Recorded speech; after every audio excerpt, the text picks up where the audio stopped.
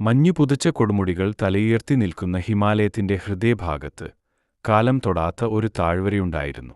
അവിടെ മിഥ്യാബോധം പോലെ മനോഹരിയായ ഇന്ദ്രാണി എന്ന രാജകുമാരി വസിച്ചു. അവളുടെ സൗന്ദര്യം സൂര്യരശ്മി പോലെ പ്രകാശമുള്ളതായിരുന്നു. കണ്ണുകൾ താഴ്വരയിലെ തടാകങ്ങളെപ്പോലെ ആഴമേറിയതും ശാന്തവുമായിരുന്നു. അവൾ ധരിച്ചിരുന്ന സ്വർണ്ണക്കിരീടം അവളുടെ ധീരതയുടെയും വിവേകത്തിന്റെയും പ്രതീകമായിരുന്നു.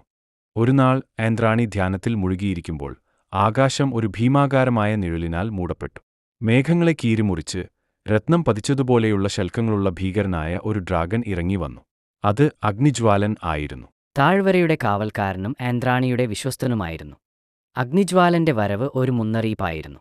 പുറം ലോകത്തിൽ നിന്ന് ദുഷ്ടനായ മന്ത്രവാദി കാളൻ താഴ്വരയിലെ അനശ്വരതയുടെ ഉറവിടമായ അമൃതകുംഭം മോഷ്ടിക്കാൻ പദ്ധതിയിടുന്നുണ്ടായി. ഇന്ദ്രാണിക്കും അഗ്നിജ്വാലനും മാത്രമേ അത് സംരക്ഷിക്കാൻ കഴിയുമായിരുന്നുള്ളൂ. അവർ ഒരുമിച്ച് യാത്ര തുടങ്ങി. കൊടുങ്കാറ്റുകൾ നിറഞ്ഞ മലയിടുക്കുകളിലൂടെയും നിഗൂഢമായ ഗുഹകളിലൂടെയും അവർ മുന്നോട്ട് നീങ്ങി. ഇന്ദ്രാണിയുടെ ധീരതയും അഗ്നിജ്വാലന്റെ ശക്തിയും അവർക്ക് തുണയായി. വഴിയിൽ അവർക്ക് സംസാരിക്കുന്ന മരങ്ങളെയും മാന്ത്രിക ജീവികളെയും കണ്ടുമുട്ടി. ഓരോരുത്തരും അവരെ സഹായിക്കാനും ഉപദേശങ്ങൾ നൽകാനും തയ്യാറായിരുന്നു. അവസാനം അവർ കാളന്റെ ഇരുണ്ട കോട്ടയിലെത്തി. അവിടെ ദുഷ്ടശക്തികൾ കാവൽ നിന്നിരുന്നു. ഇന്ദ്രാണിയും അഗ്നിജ്വാലനും തന്ത്രപരമായി മുന്നോട്ട് നീങ്ങി. രാജകുമാരി അവളുടെ വാളുകൊണ്ട് മന്ത്രവാദിയുടെ അനുയായികളെ നേരിട്ടു. അഗ്നിജ്വാലൻ തന്റെ തീവ്രമായ ശ്വാസത്താൽ അവരെ ദൂരെ തെറിപ്പിച്ചു.